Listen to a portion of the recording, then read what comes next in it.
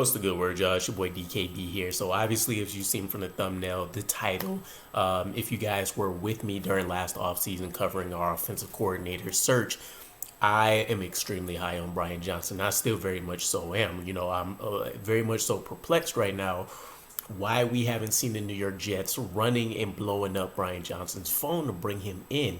In the grand scheme of things, looking at our coaching staff prior to the, Woody Johnson announcement that, we're essentially running back the 2024 season with everybody.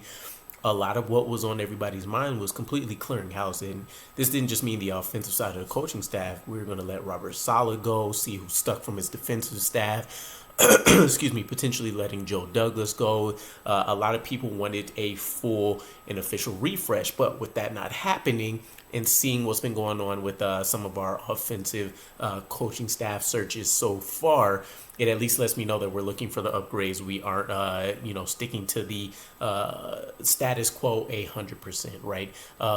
And the good news is, speaking of other positions, our running back coach search has been going fairly well in terms of valid candidates, in my opinion. And we lost out on Deuce Staley, but, we have Tony Dews, waiting in the wings for us, hopefully, that we can secure. But politics and timing won't be a matter of this, right? We interviewed Staley and Dews prior to even officially letting Taylor Embry go. So if we want to truly go out there and try to upgrade more positions on this coaching staff, none of that should be in the way.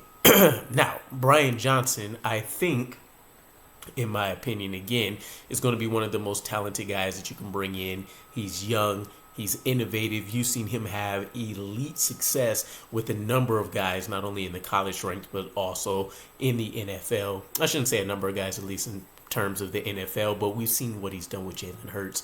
We'll kind of get into that here in a moment, but there are a few obstacles that could be in the way, right? The biggest question would be what's going on with him.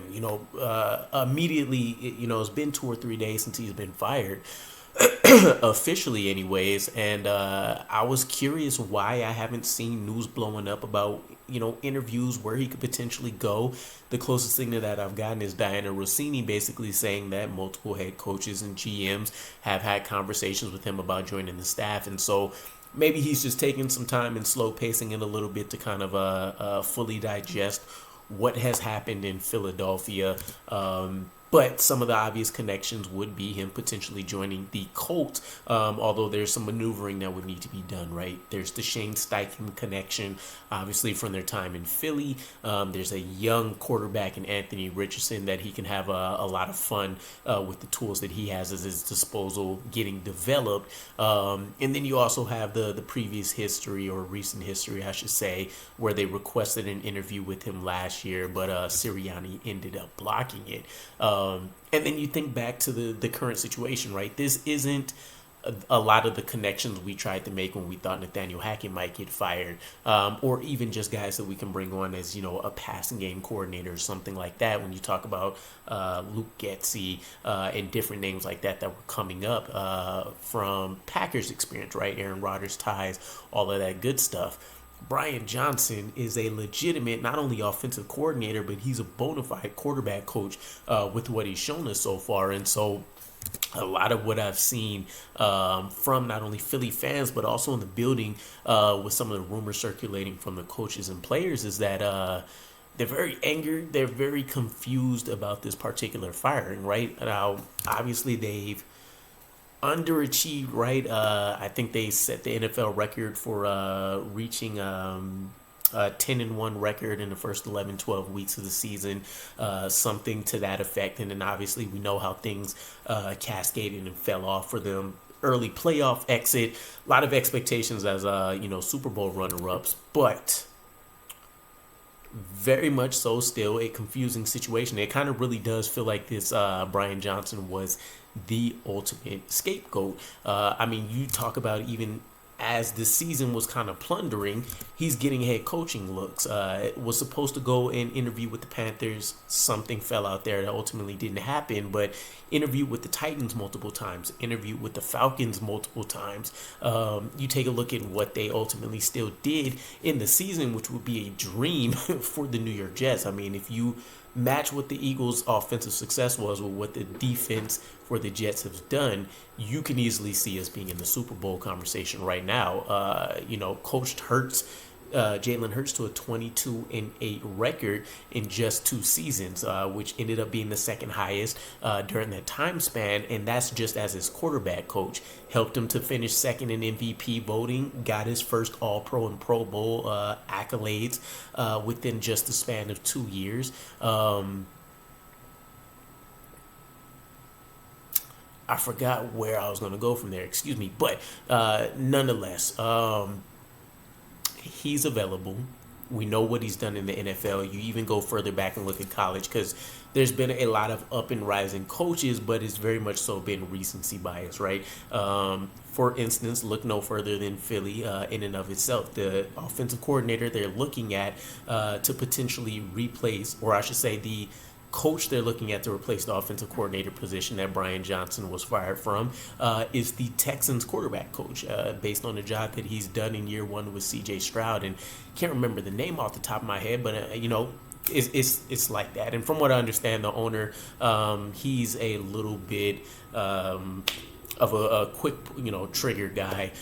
He wants to have that consistent, immediate success. And if he's not liking what he's seeing at that time, he's quick to kind of move on from situations. But nonetheless, going into college, you take a look at who he's worked with. Reset some record books at Florida. He did that with Kyle Trask, who I believe was the quarterback that the Buccaneers had ended up selecting as the potential Tom Brady replacement at the time.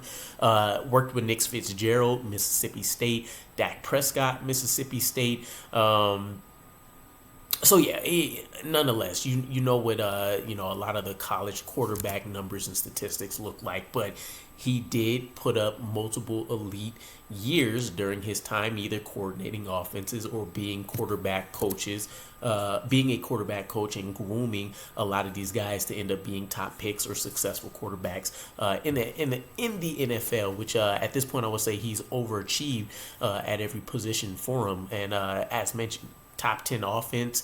A lot of what I found interesting with the Eagles is that there was some kind of disconnect, right? Maybe Shane Steichen was a bit of the glue to kind of marry a lot of these ideas together. But from my understanding, it was still very much so Nick Sirianni's scheme that Brian Johnson had to run, but Brian Johnson wanted the offense to be run in a certain fashion based on what they had available, which, keep in mind, they pretty much had the same team in place that just came off a 14-3 record as the Super Bowl runner-ups. Nonetheless, them being a scapegoat would be great news. One man's trash is another's treasure type situation for the New York Jets, and this could help us out in a number of ways, right? Obviously, a clear upgrade from Rob Calabrese based on what we've seen, but when you want to talk about the future of the New York Jets, he has an easy and clear pathway to becoming an offensive coordinator, and then maybe later down the line, if not a head coach with the Jets, depending on whatever happens with Saleh, but a head coach elsewhere, which also reflects great on the New York Jets. You'd have a minority coach reaching one, get draft picks back. All of that transactional stuff aside, it would be great to start actually seeing a pipeline as he kind of develops his own offense within the New York Jets. It would be great. But nonetheless, talking about the future again, we're going into a pivotal draft where not only do we need a tremendous amount of success and new blood on the offensive side, but life after Aaron Rodgers is still going to be a huge question. And so Brian Johnson could potentially give the thumbs up that he thinks he can rebuild a Zach Wilson. Maybe that gives a renewed commitment to them and they try to work out something.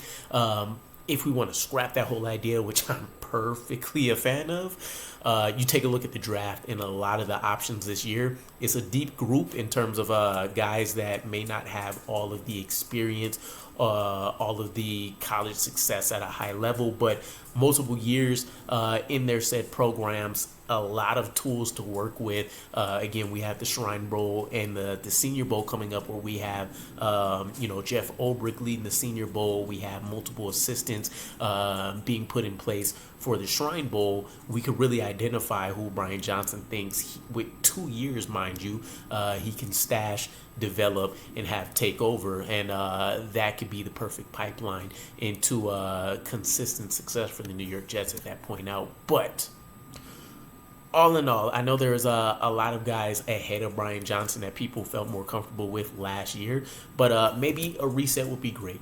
Bring him in as the quarterback coach, again, groom him on the path to being an offensive coordinator with us, and then let him spread his wings back into being a head coach.